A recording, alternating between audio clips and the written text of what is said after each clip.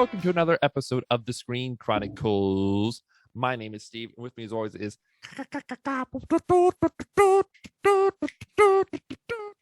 Kobe. Yeah. And that's how you say it every single time. Exactly. Can you repeat that for the people who might not have heard you?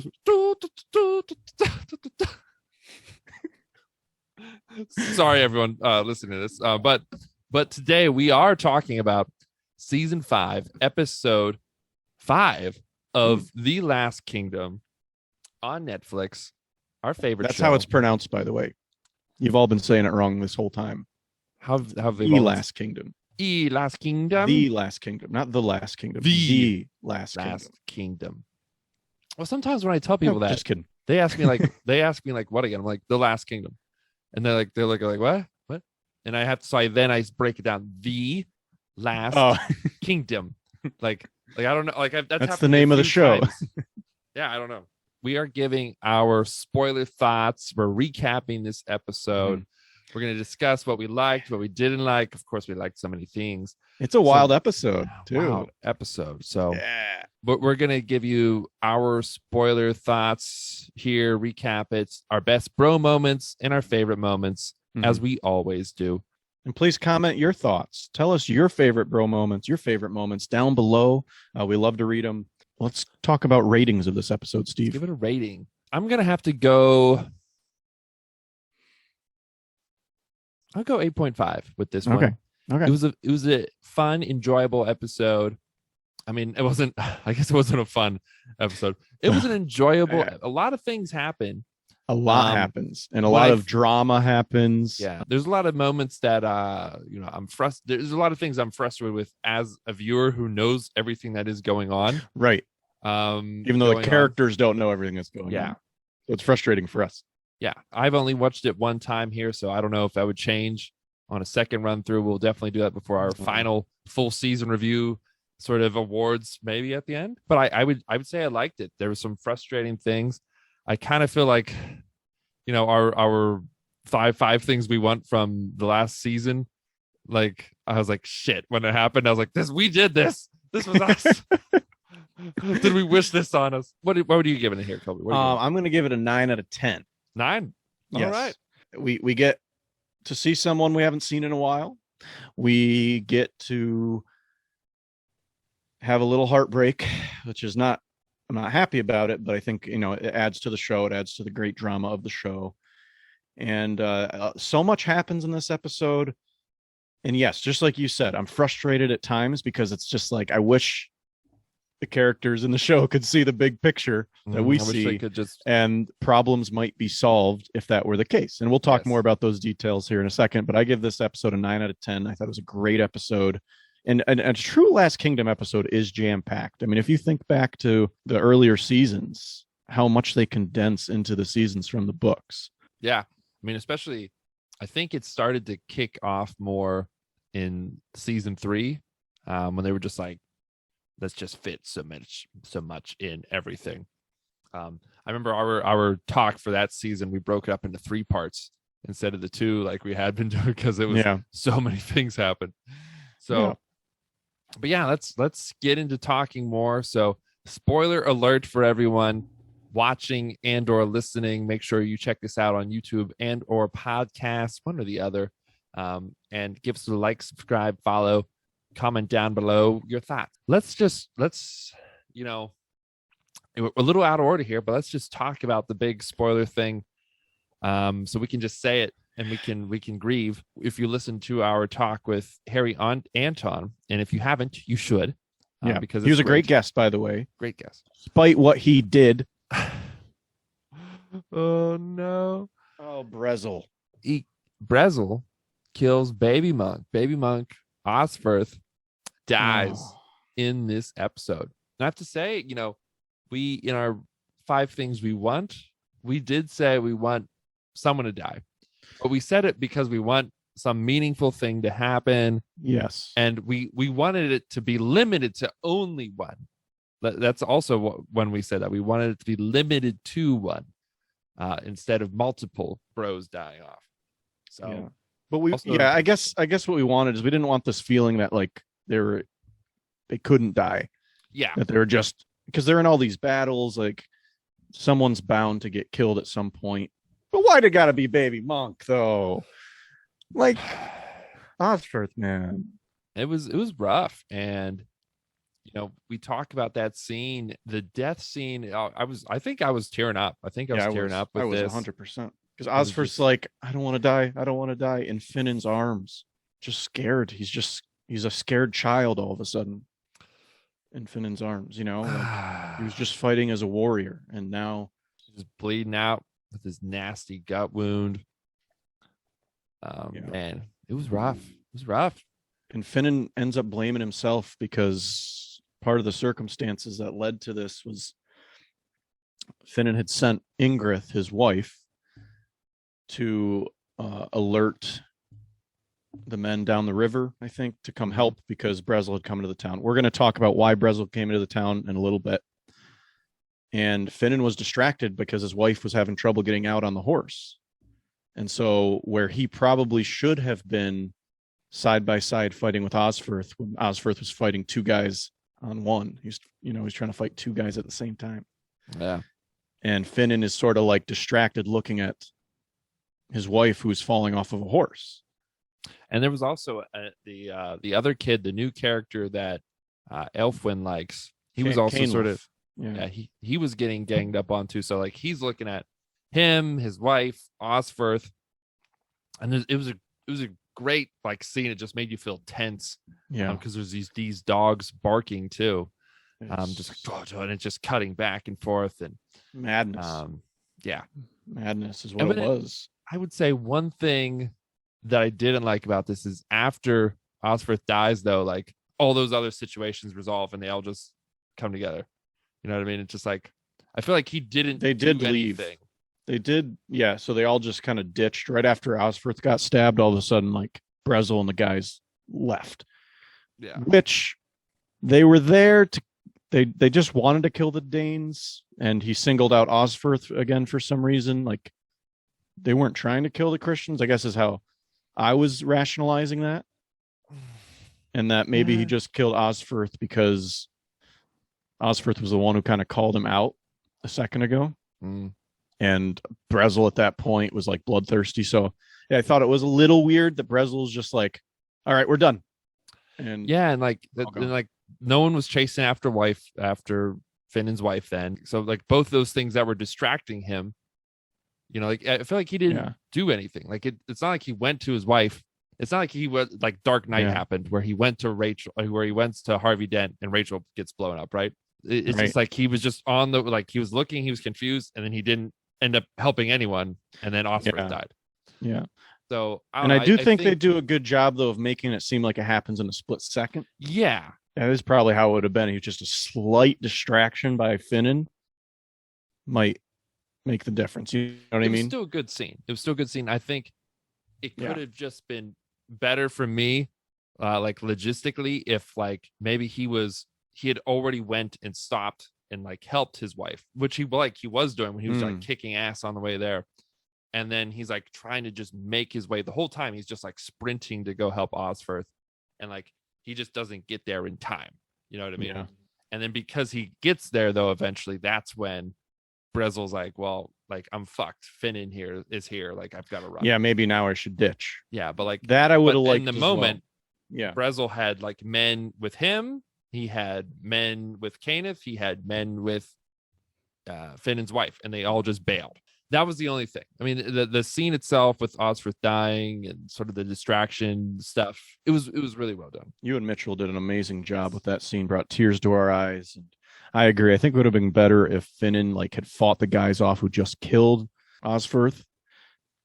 But it didn't happen like that. And still a great scene. I don't mean to complain. This is just me nitpicking. This is what. So I think a lot of times people are going to hear me like, why is he complaining? Like, this is my favorite show. You hear us, we talk about Star Wars for like, if you've watched or listened to any of our Star Wars talks, they're all like 3 to 8 hours long. And, and we love Star Wars and we still complain because we're fans. I'm very passionate about The Last Kingdom. And The Last Kingdom doesn't have a whole lot to complain about. No. But I also thought it was a little weird, especially when I watched it the second time, that like right after Osferth got stabbed, it was like everyone kind of vanished into Yeah, there. it was noticeable to it was me. a little bit noticeable. I and would it agree took with me that. a little bit out of the moment. Okay. I think that's fair. I think that's totally fair. But why was Brezel there to begin with? It all goes back. Remember, Edward has taken the throne in Mercia. There's a scene in the beginning with him and Aethelhelm, and he like tells Aethelhelm, you should go let the Scots know that that we're good, And Aethelhelm is just like, Lord, I'm not going to work for you. He says, like, I'm not here to work for you, to serve you, I think. And he said, I'm here to give you farewell.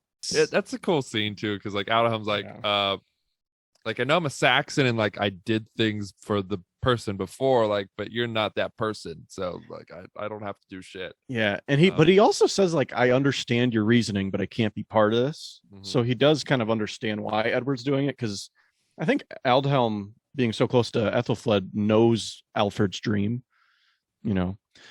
but he ain't want no part of that. He has like, and this is one thing too. I mean, like Aldhelm has grown, he's changed, obviously, but it's also like, like you're judging how Edward is behaving when you used to be like right up Ethelred's butt, like right up right in between the cheeks of those butts. Yeah.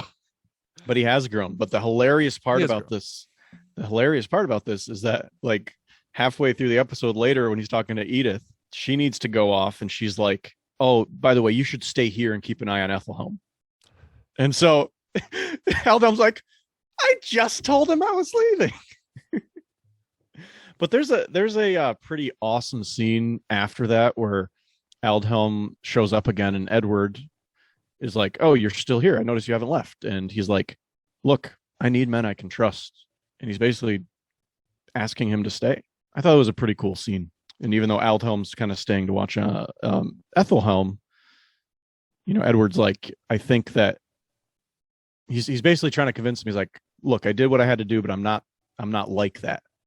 Not in those words. He's basically saying, I'm not that guy who just killed all these people. That's not how I'm going to lead. And I need men I can trust. So trying to sell Aldhelm on this. And Aethelhelm is scheming here, because there's still this now, because of the whole Brida thing that happened in Ephorwich and Citrigir thinking that Edward and Ethelflaed just weren't backing him up at all. There's still now this like Saxon Dane sort of tension going on here in the country, and Aethelhelm is like, I'm going to use this and I'm just going to lean into this and really make it feel like people are working against Citrigir and the Danes. That's what ends up leading to the whole scene with Runkova where Osferth dies. And there was just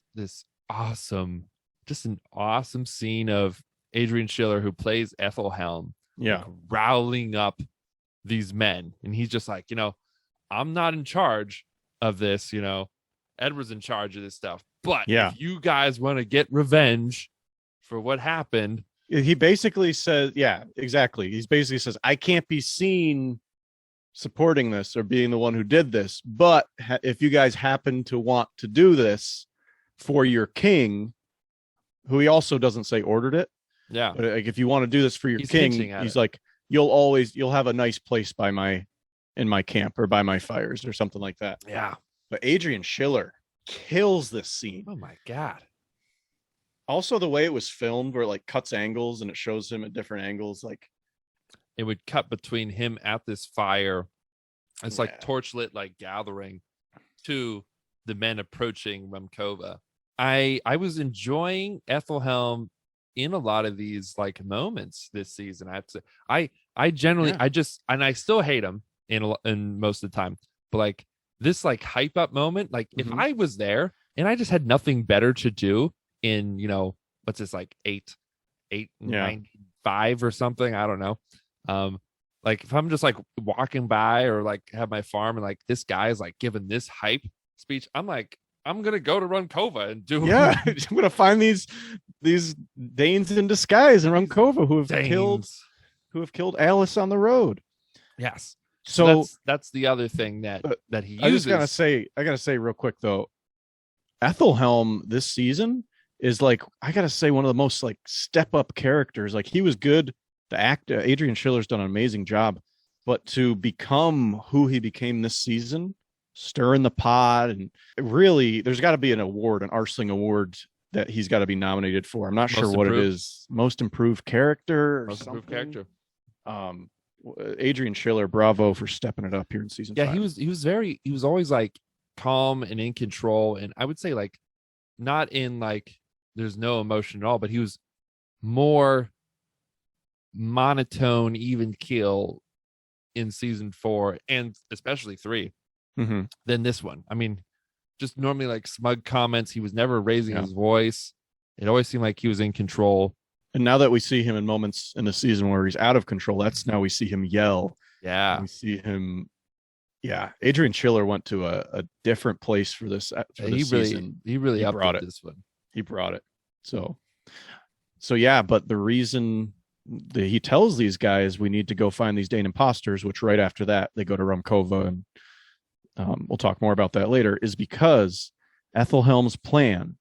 He knew that there was going to be a pilgrimage from Alice to Lindisfarne, to the Holy Isle. And he is looking for any way to secure his bloodline on the throne. Because now that Edward's taken hold, his plan of putting Aelfred on the throne is foiled. The alderman that he was going to pay, that's foiled. And he tells Brezel, like, I'm going to do this. And Brezel, he's like, I need you to do this. We don't know exactly what the plan is at this point. And Brezel's like, do you realize this could start a war between Saxon and Dane? And he's like, yeah. He's like, hopefully. Yeah.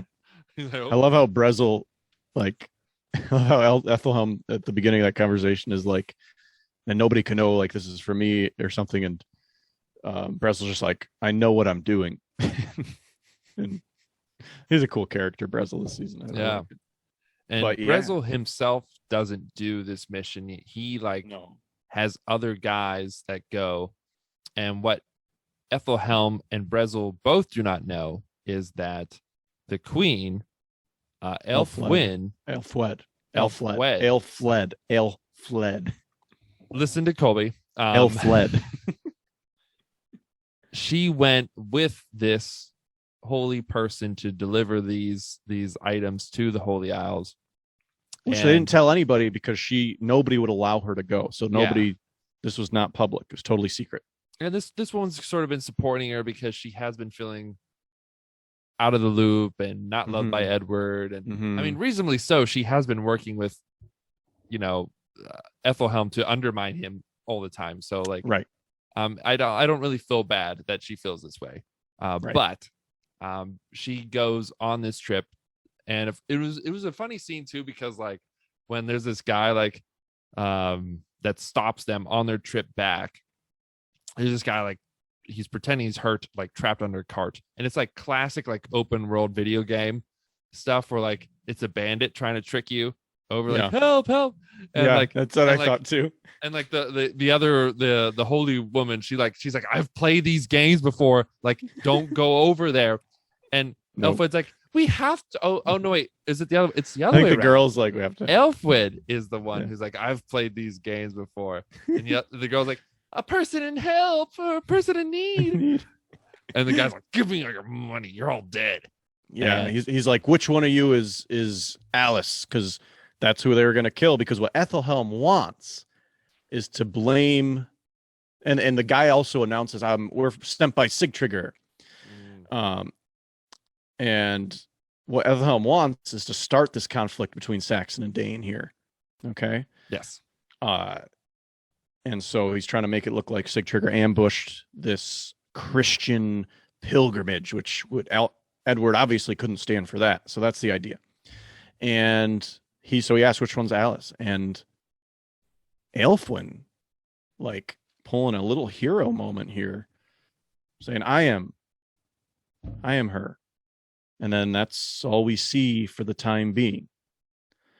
But the next time we are brought to that location, we get a little bit of a reunion with a character who we love. Yes. Heston. See, Heston. holding a cross and saying something like, "Oh, someone's going to buy that." That's for sure. And so here he is. By the way, Heston has become a trader. He a successful trader, as he later tells Uhtred that he has 30 ships. Mm-hmm. He owns 30 ships. His town is twice the size of Uhtred's, and he has bad women. It was hilarious. That was a classic Heston. Like unsolicited shit talking. and Uhtred's like, "Can you even use that sword?" And I love the line Heston says, "I can wield it, Uhtred." I can wield it.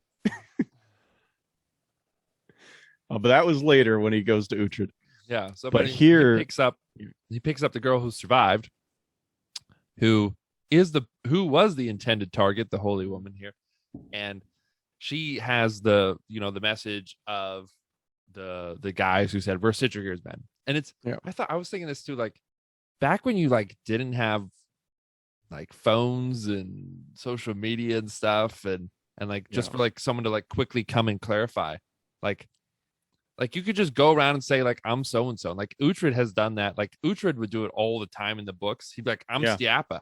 Yeah, like, no one's ever met Stiapa in person. Like, or give me your ID. Prove like, it. Nobody. So I mean, like you could just go around and say shit, and so that's just with her, that's what she thinks happened, and Heston goes to Uhtred with this, and they like, "This what doesn't really make sense. Let's go and talk to her together." Yeah, and then that's they start to realize then like there's no way Sigtryggr would have done that, and it's just like, right. Well, what happens is like, first of all, Heston, when he finds the girl, they pan up and we find Aelfled is like hanging from a tree. Yeah, like horror movie style. Like all the other women except Alice were killed. They go to talk with Sigtryggr and Siora. Yeah. Okay. And then they ask him like, why would someone do this? Why was like, who do you have who's an enemy for you? Sigtrygg's like, "I'm insulted that you could think I did this." Yeah. I'm insulted. And they're like, "Okay, yeah, we would have been surprised if you did it," basically. Mm-hmm. That's the vibe I kind of got from that. Definitely. I think they just wanted to see what his reaction would be, though. But at this point, Sigtryggr kind of reaffirms that he's anti-Edward now, because Uhtred's like, "Okay, well, let's come with me to Edward. Let's tell him that together, because that will be more efficient. We'll get over this." And he's just like, "No, I'm going to leave my kingdom undefended again. No, I'm going to stay here. And if Edward attacks, we're going to send men up. We're going to be fine." And he's like, "Well, I'll go to Edward and tell him then." Because then Heston cleaned up the scene, because he was like, "I know this shit might start a war." He's smart. Yeah. It's very smart. No, that's what he tells Uhtred too, though. When he goes and shows Uhtred Aelfled's body. And by the way, like Uhtred doesn't want to go talk with Heston. Heston's like, you must talk with me, and they go and they show the body, and Heston's got this like grin on his face. Like, "I told you, I told you should come talk to me." And Heston has the line saying like, Uhtred's like, "Why would you bring this to me?" And Heston's like, "Because we both want peace. It benefits both of us. For me, I can keep trading. For you, your daughter doesn't get killed." So then after Ephowich, that's when they go to the visionary. And that's the girl, Alice. Yes. And they talk to her and get more deets. Get more of them deets. So it's right now, Aethelhelm doesn't know that, because the news never got back, because the scene was hidden, the news never got back to Edward that this went down. Aethelhelm doesn't know, because Brezel wasn't involved in this. He hired men to go do this, and they don't know who is who in that band. Right. So Aethelhelm doesn't know that his daughter was killed. He thinks the visionary was killed. Yeah, and he's worried at first too, because Heston cleared the scene up. Yeah, nobody's talking about it, and he's just like to Brezel, like, "What happened? Something's wrong." So he even just goes to Edward, and he's like, "The visionary was killed. Like I have sources." Yeah. And Edward's like, what sources? Give a source. Cite one. He's like, just like, again, just so flustered, and he's just like Yeah. trying. He's like just trying to get his schemes to work. And there's one point where he's just like, confirm it. Yeah. Like, I need proof. Like, if you can confirm it, okay. And he's like, now you want to confirm it? And he's like, yeah, I'm not going to act unless I'm sure. I'm like, okay, Edward. Mhm. Okay. Very Alfred-esque. Yes. That restraint. I Yes. like Edward just not taking Aethelhelm shit this last season of Aethelhelm said that Edward had been like out the door, but not this season. No, he's wise. He's got a nice beard now. Yeah, we can't. That beard, so much wisdom in that beard. Yes, and we would know. Mine isn't very wise. Maybe. Colby can get a very wise beard. But by the way, when Aethelhelm went to Edward, Citric and Ethelstan had gone to Aelisburg there to spy a little bit. So now they're out of Rumkova. Everyone like has no idea what the hell's going on right now. Right. Aethelhelm doesn't know Elfwin was killed. No one knows Elfwin was killed except Uhtred and Heston. They're trying to figure out who did this and why. So everyone just needs to like get together. And this is what we were talking about like before. Like, it's so frustrating because, if Citrigir would just go to Edward, then they would show that they're allies. If Heston and Uhtred would just go to Edward right out of the gate with this body, with Citrigir and the story, right? Then that would just clear everything up, and Aethelhelm would be like clearly the number one guy. But there's so many things, and again, this is very like well written as far as like very well written, like trying to figure out what the hell's going on with it. And that's why we said earlier we're so frustrated because we know it's just like this is all Aethelhelm's fault. Like Edward didn't really do anything wrong. I mean, he's cheating on his wife. That's wrong. But I mean, that wife. Trigger didn't do anything wrong. And now they're hating each other when neither of them did anything to each other. I know that neither of them. It's like, they really should be friends if Aethelhelm wasn't just screwing it up. Exactly. So anyway, though, Aethelhelm was like, my plan isn't working. I need to make things happen. And I need to go tell the men that the visionary is dead, and they're going to go rile up. They're going to kill the Danes in Rumkova, and this will get someone to act, and this will start a war. And then that's going to allow me, hopefully, then the king will fall in battle and die, and I can finally get my grandson on the freaking throne. Yeah, baby. That's what he's saying. Baby. He's saying, yeah, baby. So that's when he has the awesome speech. He riles up the men. There's that one part where his hands are like this, like. I don't know. We're going back to the speech. It's an awesome speech. It's an awesome speech. It's amazing. And then when the men go to Rumkova, let's now talk about when they arrive, because Brezel walking in like a boss with all these men, like businesslike. And he's like, you better hand over the men to the king that killed Alice or whatever he said to Finan. And we talk about this with Harry Anton too, about how Finan is very like, right. Yeah. Okay. Just give me a second. He goes back and he like yells, he's looking for Canelif, and Canelif's not around at the moment, and he's like, we need him to go get the men. And that's when we'd already talked about Ingrith goes, and that's why he's not there to defend Osferth. But what happens when Finan leaves is Benedict walks up and mentions Aelfled because he has learned the news as well. And Brezel's like, what about Aelfled? Like grabs him. And that's when Brezel learns. They show Brezel seeing the Aelfled dead body. And at that point, Brezel goes ballistic. Even though he's like, I guess I'm trying to figure out what he sees. Does he realize at the time that this is his fault? Like that this is like, he's not that it's exactly his fault, but he's kind of the one who definitely that hit out, right? Definitely.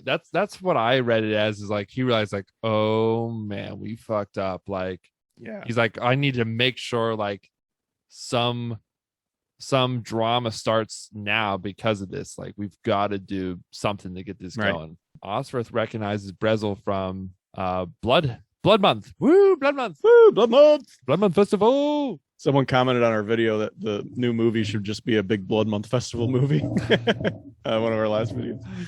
I love that comment, by the way, if you're listening. And then shit just hits the fan. I mean, oh man, Brezel and his crew of psychos, they just start separating the the- town into separating the Saxon and Dane, and they just start wiping out Danes. And young Uhtred is there, and Bishop Benedict, and he's pushing all the Danes into a building, because in the Christian rules that there should be a sanctuary, and if they make it a holy sanctuary, then they'll be safe. Mm-hmm. Bresl's like, thanks for putting them all in one spot for me. And Bresl's just like, this is so much more efficient than them running around out here. And he walks in like Michael Myers or something, like just ready to, and then they grab young Uhtred's head and like force him to watch. And it's horrible. And then later they show like just the whole shack of the Danes hanging, and it's just straight out of a horror movie. Yeah. Bresl went ballistic. Yeah. The fighting continues. And then, like we said, there's a scene where, and let me like, there's an awesome scene with like Finan like rushing to go help his wife. And he like kicks a table into a guy, and he like punches like, and he slides over and kills another guy. Like, just Mark Raleigh is Finan in this like scene. It was just this awesome like long fight that went down. I was like, holy, like that was awesome. That was great. And then speaking of Finan too, after Osferth gets killed, he totally is blaming himself. He's like bawling like a baby, and his wife is like consoling him, and he's like, it's my fault, and I totally would have felt the same way too. I would have felt the same way. I think I would have felt the same way. And that's when Ingrith is like, kind of takes control of that moment, and is like, you need to talk to Cainlif, like take Finan to Uhtred, which I think is a great advice. That's like what Finan needs right now, probably, is like some Uhtred talk or something. Mark Rowley, great acting again. It's hard to see him bawling his eyes out like that. Damn, it was rough. And it was funny too, like Uhtred has like this sort of like I don't know, like this like culture moment with Father Benedict. Father Benedict's like trying to pray for people, he's praying for the Danes and being sad and blessed them. He's like, and he was like, nah, they don't believe that, man. Different That's culture. Right. Be sensitive to their beliefs. Yeah. And it's like, I love young Uhtred. I love him. Yeah. And he's recovering from his castration. And there's a very interesting scene that answers a question that we have all had since season 4. Earlier in the episode, Uhtred goes to talk to his son, young Uhtred. And they're talking, you're still my son, kind of a nice talk. And young Uhtred's like, Aethelflaed's gone, but you could remarry, you could have more kids. And Uhtred's like, I'm not going to curse, like my first kid died and young, and look at you now. Brida came after my daughter. It's like, I'm not going to curse another child to have me as their father. And then young Uhtred says, what about the one you've hidden away? And I was like, there it is. There's the answer that I think we got a million comments on. People were asking us, and we were asking too. We didn't know. Yeah. Where the third child was, because we clearly see in season 3 that Uhtred has 3 kids with Gisela. Yeah. The third one is what killed her. And that third child in season 4 was not mentioned at all. Mm-mm. And I think it left people to wonder, was it a mistake? Was it they just decided to pretend that child didn't happen? We were really confused. I don't know if they had it planned, like, let's have the other son hidden away at the time.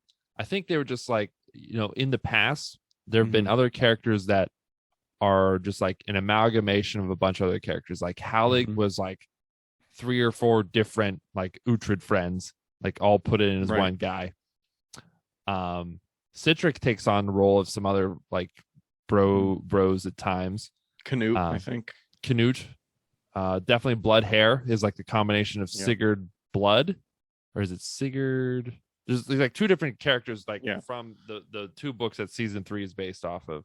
Uhtred, to me, in young season Uhtred, 4, was taking on the role of Uhtred and Osbert at the same time that season. Right. Because in That's the books, it seemed like. Uhtred, Alexander Draymond Uhtred, disowns his first son Uhtred after he becomes a priest. And then he names Osbert, who is the youngest son, the one who killed Gisela. He names him then Uhtred to carry on the name. In the show, though, Uhtred isn't that mean to Uhtred. In fact, he's just like, he doesn't really even care. He's just like, all right, come with me. He's like, look, I got you a horse. Yeah, and young Uhtred has like a little bit of warrior in him, just like Osbert in the book. Yeah, was like a good warrior. So I agree. I thought they were like, oh, so they're just going to forget about that third kid and they're just going to make young Uhtred the combination of both. Yeah. So here it is. They say that, and then Uhtred's like, you can't know that. It's dangerous for you to know that. Yeah. And then we don't hear anything more about it, which was pretty cool. So I mean, we're assuming this is Osbert then, who is hidden away. Where we don't know. It's interesting that it's brought up though. Yeah, it was like the show. Maybe you know something. Maybe you don't. I don't know. Yes, maybe we know something. Maybe. I don't know. Oh, by the way, there's a line too when they're talking where Uhtred says that he can't let go of Aethelflaed yet, and young Uhtred's like, well, it looks like we both have wounds that will not heal, or something like that. Like, damn. It's like, yeah, your wound is definitely not going to heal. Yeah, I think I'd rather have Aethelflaed die too. So young Uhtred, by the way, I like though when Brezel's going in, like he punches Benedict and young Uhtred tries to like jump on Brezel and Brezel just shoves him off. So it's not that he did try, he just was too weak. He's a small little guy. Yeah. And he's had a major injury. Yeah. To say the least. Yeah. But eventually though, Aethelflaed, death is told to Edward, body brought to him. Yeah. He's very upset. He takes it out on Eadgifu, who is the woman he's been seeing here recently. Yeah. At first, he just lashes out because he feels bad. He's like, I feel bad that my wife is dead, and then I've been cheating on her. Like, yeah, that's exactly it. Because she's like, we're not blameless, and he yells, and this is Timothy in it. He's like, we are not blameless. And he said, how can this be anything other than judgment? Like, we've been cheating and she dies. Like, that's God's punishment in Edward's eyes. For a second. Yeah. He's kind of, and for a second, I'm just like, are you going to be season 4 Dick Edward again? And then she calms him down and he apologizes, gets a hug, and they end up eventually doing the horizontal tango later to calm him down. And she tells him to be a good king and not to worry about being a good man, to just keep doing. She thinks what he has been doing so far has been good. And she's like, you keep doing that. Don't worry about if you're doing what's wrong or not. Just keep going. Yeah. And I'm still trying to figure out Eadgifu because the speech she gives her at first, it's like, oh, she's being so sweet and understanding with him. But then like, and I like what she said. She's like, my God is not vengeful. This is not the work of a God. This is work of men. And Edward starts bawling his eyes out and he says, I'm not a good man. And she goes into this speech where she's like, think of no one but me. Look at nothing but my eyes. And I'm starting to think like, is she trying to manipulate him? That's what I thought at first too. That's what I thought at first. I don't know if I feel that now, but she's like, nothing but my body. And maybe she was just trying to get him through this. Yeah. And get laid. And then during sex, like she is the line that says like, you know, be a good king, not a good man. And that line makes you think a little bit, you know, because to be king, you got to do some things. Got to do some stuff. He tells Aelfwerd the fatherly thing to do. He tells his son, Aelfwerd. That's one person's reaction to getting the news. Yeah. And then Citrigir at the end of this episode, he ends up he's like, you know, I've had enough of this shit. Edward's doing shit. He just took over Mercia. He's coming for us. Yep. Like the Danes in Rumkova just got taken over. And he's like, we're going out and we're gonna fuck up. We're gonna fuck shit up. And also too, Rumvald has survived. His hands have healed some, so he is now back in with the Citrigir gang too. Right. And Citrigir, this is this might be my favorite moment from the episode is when Citrigir is walking out to go with all the Danes he has, and they're all just chanting his name, and they're just all just like hyping up, and they're just moving around, and he's just walking out like still as a stone, just walking out cool as a cucumber, like just walking out and just Citrigir. I was like, yes. And also right before that too, like he apologizes to Eorik. He's like, we may fight against your loved ones here. And she's all in with him. She's like, that's all right. Like, That's fine with me. She's all in with him. The Sigtrigger's such an awesome dude. And from his point of view, like, I don't really disagree. Knowing his point of view. Yeah, if I was him. And there's even a time earlier in the episode that I like this, before he decides to attack, where he's just hearing that Edward, is he just took Mercia, so he might come for them next, is kind of what he was thinking. And he's like, I'm just going to send men to the border just to be safe. He's taken down all the Christian crosses and stuff. And there's a point where he sends one of his riders to go to Edward and just say, we're ready if you come at us. And then that's when Aethelhelm was like, look at that. Like, what the heck? You're just going to take that and you're not going to attack back? And Edward has a cool head. And he's like, that wasn't a threat. That was a warning. He just doesn't want us to get too close. Like, fair enough. Like I just took over this place. Yeah. And I like that. Like, that's even what he's saying with like what he brought up with the Scots, who we keep hearing mentioned about here, is everyone else knows Alfred's dream was to own more shit. Yeah. And here I am finally taking more shit, and I have lots of shit. Like everyone knows Wessex is a powerful place. Yeah. And now they've just taken over Mercia in his power move. Like everyone else is thinking like, all right, like he can actually take he can take the other kingdoms. East Anglia and Northumbria here now. Like, so Scotland, who claims parts of Northumbria, and then of course like the Danes in East Anglia right there. Yeah. Everyone's freaking out. So I mean, he knows that they'd be freaking out. So I mean, it's pretty cool with that. But Sigtrigger's walkout was awesome. Sigtrigger's walkout was amazing. They're chanting Sigtrigger. And he just looks awesome. And I was so excited to see Sigtrigger this season. And he is he lived up to like the expectations for me so far to this point. Yes. And just loved it. Also, back when that guy came to tell Edward, that's the time that Edward was asking about the confirmation and things like that. Edward being a great king. And that's when he sends Aethelhelm to the road to Scotland to like, let's not make Constantine think that we're coming after him or anything. Can you send a gift? Good idea. Edward is trying to do everything right. And if Edward had a better right-hand dude, like other than Aethelhelm, everything would have been perfect. Oh, I know. He should have picked someone. It's like after last season, Edward, you're still just he doesn't listen to him. But it's his father-in-law. That's and the thing is too, it's just like, well, like after the Mercia thing, at the very least, he overheard him undermining him. Like that's when I would have been like, all right, you're done being in my court. But the thing is too, Aethelhelm is also like a super rich guy.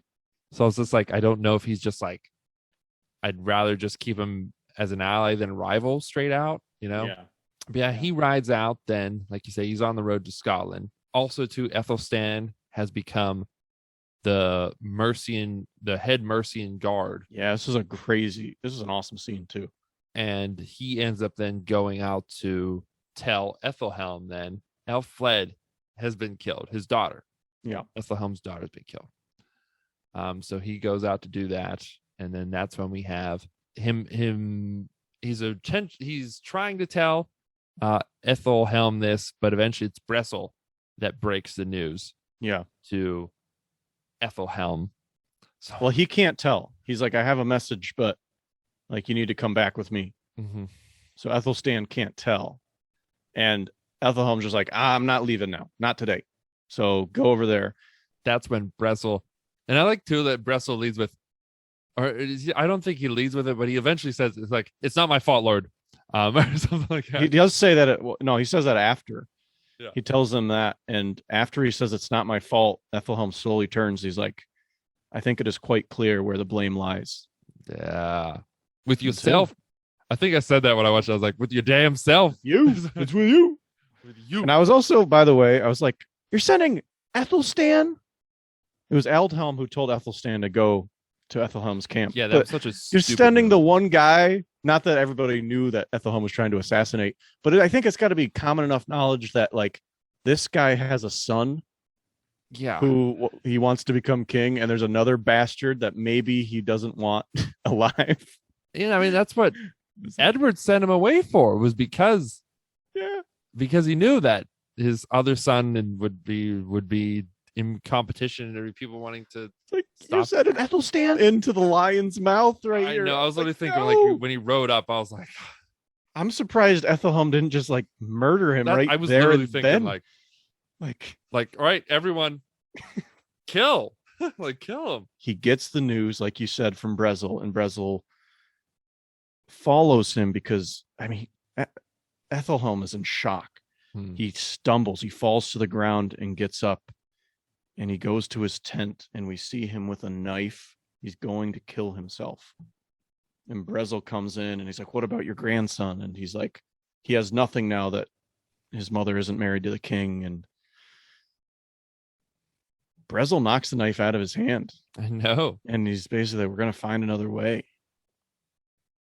And that is when Aethelhelm turns into a Sith Lord. Yes, he definitely transforms into a Sith Lord. It was a cool really scene. cool moment. It was really cool watching. I wasn't sure exactly what was going on as far as like, is he crying? Is he holding back crying? Is he like trying to psych himself Turning into a up? werewolf? Is he about to break out of his skin into like a giant werewolf right now? Sith Lord. It was a cool scene. It was a weird scene. It was different, that's for sure. It was different, which I'm okay with. I'm personally. okay with it. I'm not complaining about it. It was unique. But like it seems like he goes from like a place of like wanting to be depressed and despair to like turning it into like motivation now to like get shit done, I guess. Yeah. I expected after this, I was like, oh shit, he's just gonna kill everybody. Yeah. It's like I was like, just gonna Ethelstan's dead. All Yeah. right, well, Ethelstan's dead. And when he comes out, he like contorts and like the camera's changing angles and he's doing that weird sound. And all his pain is being physically manifested. And he comes up, and if you listen closely, you like hear a growling sound. Did you notice that? Yeah. It's like an animal growling Definitely sound. growls. He definitely growls. He 100% And growls. 100%. It was crazy. and Brezel shits his pants. I Brezel was shits shitting his pants because I would shit my pants I was shitting my if this is happening. I was shitting my pants watching it. I Me was shitting my too. pants watching it. Me too. I was like, what is happening to me? What's God. happening to me? That was crazy. So again, Adrian Schiller just bringing up another level. I'd love to talk to him about that scene, about like this what it whole went into episode doing that. was him just getting after it. Just a bunch of different ways than we've Because ever he seen his kind of character felt like he was before. back against the ropes. Like, this is it for my bloodline. I have to try this. Yeah. And then when he finds out his daughter's dead, like he thinks it's hopeless. He's going to kill himself. And And that he's responsible too. He knows he's Brezel responsible. convinces him that it's not the end too. By the way, before Aldhelm had sent Ethelstan, he talked about how it's time to confront the Danes because it's time to confront Sigtrygr. And so they're getting ready. Citriger's getting ready. Edward's getting ready. Finnan and Cainlith end up meeting up with Citric, who is met up with Uhtred. And this is also where Uhtred figures out it's Aethelhelm too. Yes. Because Citric says that it was Aethelhelm who told Edward the news, and Uhtred's just needs to hear that, and he's like, dude, but carry the two, and it's Aethelhelm. Like, That's what I loved watching the realization there, because it was literally like He was like thinking like, why would Aethelhelm think that? And he's like, oh, he didn't know his daughter was there. Yeah, and they asked for where the visionary was to kill her. And so when Elfwin Uhtred's like the only one who has all the pieces to the puzzle now. Yeah, because like Edward was thinking that men came to kill his wife on purpose. He thinks it was Sigtrygg's men. Alice had told Uhtred and Heston that, like, why did they want to kill the queen? And she's like, they didn't want to kill the queen. They wanted me. Mm-hmm. And she stood up for me and said she was me. And so then they're like, oh, so they didn't want to kill the queen. That's a huge piece of information. So just Uhtred like, putting it all together was just like, no, he's just like, was it Aethelhelm? And it's like, Uhtred, you smart, man. You smart. Always coming up with the Clever. Answers. And that's when Finan and Cainlef arrive, and Citric's the first one who asks. Well, Uhtred first asks, "Is my son all right? Is my son all right?" And he's like, "Yes, Lord." Citric's like, "Where's Osferth?" And they show Finan real quick, and then they show Uhtred. Tell us, where is Osferth? And then that's it. And you see Alexander Draymond's face like real quick go to like shock and damn. I have to say, like, I wish we would have seen a scene of them all sort of reacting to that, mourning Osferth together or something. I was a little let down that didn't happen. Well, they sent him, Ingrid had him sent back to Wessex, though, too, to be buried on his home soil, which I thought that was cool. That was cool. But yeah, I would have liked to see them hugging it out, or it'd been cool to see them sharing a memory or something. I don't know. Yeah. I'd say that was the only thing. We can maybe talk more when we get into other episodes too about the Osferth stuff. Some of my thoughts on it, but generally that was one thing this episode that I was like, I kind of want to see like what happens when they this is a guy who's been around since season 2 of the show. Yeah, man, he was in season 2, and I would have liked to see them like have a moment together, just in remembrance of. I would have liked a little bit more of that. But again, they got to keep the plot moving, and it's ending with Aethelhelm transforming into, the monster. Exactly. And there's a couple other tidbits in this episode that we need to touch on. One is that we get a quick scene with Brida and Pure League, where Brida's holding the sword forever, and he's like, you don't have to hold that sword, and she's like, well, that's my only thing that like gives me an advantage over you because you're stronger than me. But they end up parting ways, or at least she wants to. And Pure League is like, why don't you come here to Wessex? Like, you can repent, and there's another way, and I'll give you safe passage. I'll give you my word. I won't let anything bad happen to you. I'll vouch for you. She's like, originally she's like, no, because they're just going to kill me on sight. But then she's like, I'll accept your offer, but you have to take me to Uhtred. She's like, if I'm going to reconcile, I need to reconcile with Uhtred. And that's all we see with that.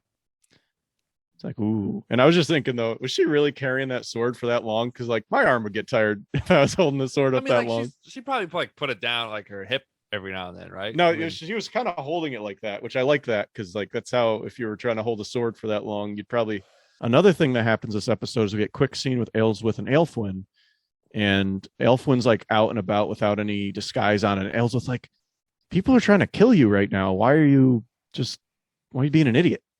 And she literally says something like that. And she's like, I have a plan for you. And Aelswith's plan is that she's going to have Cainlef marry Aelfwin, so that no one else can marry her off, and she would be a political puppet. There's a scene with Benedict giving Cainlef the news, and this is a little bro moment here. Yes, because he's like, why me? And Ethel stands there, he's like, because you're nobody. And he explains just what you said, but they hug it out. They're like, and Benedict, they're like, yeah, dude, yeah, you get to marry the queen. Dude, that's awesome, dude. I wish I can hear them just like, dude, this is so cool. She's hot, dude. But it's cool because he's the one probably rich too, dude. Yeah. Like, you're gonna get that money, bro. And there's another scene later where like Aelfwin and Aelswith are in bed, and she's like, they're talking about marriage and like stuff like that. And like, if we're not the right one, And Aelswith is like, like the sexual pleasures with a man, the right one, is is not comparable to anything else or something like that. It's just like I'd have been like, Mom, no, Grandma. Grandma, Grandma. Grandma. Your grandpa's cock was amazing. Yeah, that's too funny. There's another small little bro moment thing too when Uhtred and Heston are leaving after talking to Alis, and Heston's like, Uhtred, I think I deserve some more money for what I did for keeping her safe. And Uhtred's like, you got your payment when you took all the queen's stuff. And Heston just smiles and like puts his head down. And Uhtred smiles too and walks away. He's like, people don't entirely change, Heston. He says that as he walks away. And I like that because like that's a moment between them. It's like, I know you, Heston. Yeah, they both know each like, other. I know. And they both smile. It's almost like they're laughing about it. Yeah. You know, there's also a scene too where Brezel confronted Edith. It was like a scary movie. And he's just like, where's Elfwin? Trying to get information. And he's so intimidating. What's your favorite moment, Steve? My favorite moment was hands down Citrigir walking out to the chants. I mean, I got pumped because again, I was also a big Citrigir fan season 4. I think you were probably a little bit more than I was. Not because I disliked him. I just think you enjoyed him more than I did. But I've been really enjoying him this season. I feel like he's just because again, like he was kind of also the enemy last season. Mm-hmm. Now this season he's an ally. He's the son-in-law. You know, he's a great guy. Like he's a great guy. The boss moments he's had, like when he's just like, you know, to Brida, like, I don't care if you kill me. Like I'm dying a king. You know, like go for it. Totally. And now this moment, he's just walking out. You know, his hair has been cut. He feels like he's been betrayed, and he's just walking out. And his men are just cheering him on. He's just cool, just so stoic. You know, I mean, that was my favorite moment from the episode. Okay, I like that. I probably would have picked that too, but I'm going to pick a different one. Okay, just because I think a small moment, the moment where Uhtred and young Uhtred talk about the sun, real quick. I love that. It's like we've been waiting for that moment. I had to rewind that. It was so quick. Yeah. I was like, what? I was like, what did they just say about what? And in me, it like gave me this like, oh well, I can't wait to hear more about this. Yeah. So I'm going to pick that moment, but there are a lot of moments. And I want to touch on one more thing real quick that we missed. That's really important is that Edward also vowed that Sigtrygr took my wife. I'm going to take his wife before having Eldhelm kind of assemble the troops to go where they're getting ready. So that's a critical point is that he says, you know, he took my wife. I'm going to take his wife, who is Steora. Asshole.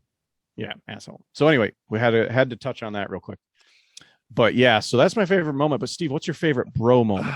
This is a toss up. I like just seeing Heston again, and the fact that he like cleaned up the scene. He went to Uhtred, and he showed him the stuff. You know, I mean, I don't know, but also too, I don't know if it's a bro moment, but just like Finn's emotional state after Osferth's death, when he's like holding him in his arms too. Yeah, I mean, that's just like I feel like you have to honor this. I mean, like we've given Osferth, especially in season 3, had some really awesome bro moments.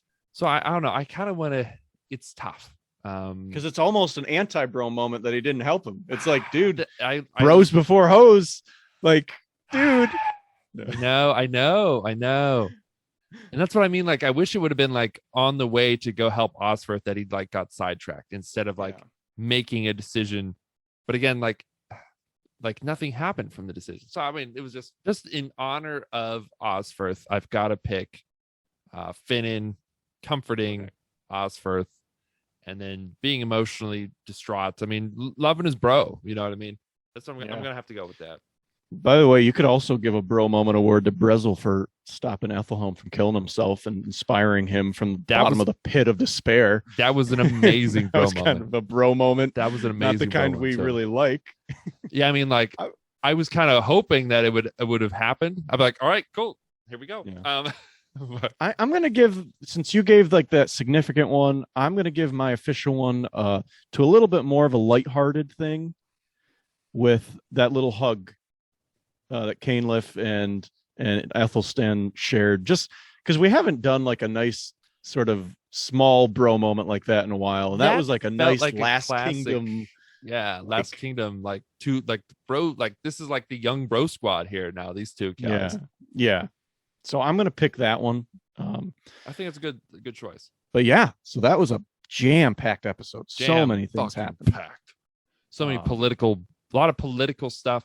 Definitely, again, some action. We had the action with Remkova there. Again, to me, it felt more like a slaughter, and I was just scared the whole time. So I felt like I didn't enjoy it as much because I was just like freaking out kind of the whole time, and just it felt so dark too. I mean, just it was dark. Like the walk up with him and Brezel, and it's just like Finnan like being taken off guard, and it was just really dark. So I don't think when I first watched it, I don't think I was like enjoying it for what it was at the moment. Okay. But it was definitely a great moment. Brezel's voice also is just like, oh, that is our recap spoiler discussion of episode 5 of season 5 of The Last Kingdom, or The Last Kingdom, as you might say. So I hope you enjoyed our talk. And if you want to, you can like and subscribe, and you can follow us on the podcast as well. And I've just went through like 6 different dialects right there. So enjoy it. He's very talented. Thank you. And as we always say, goodbye, and destiny is up.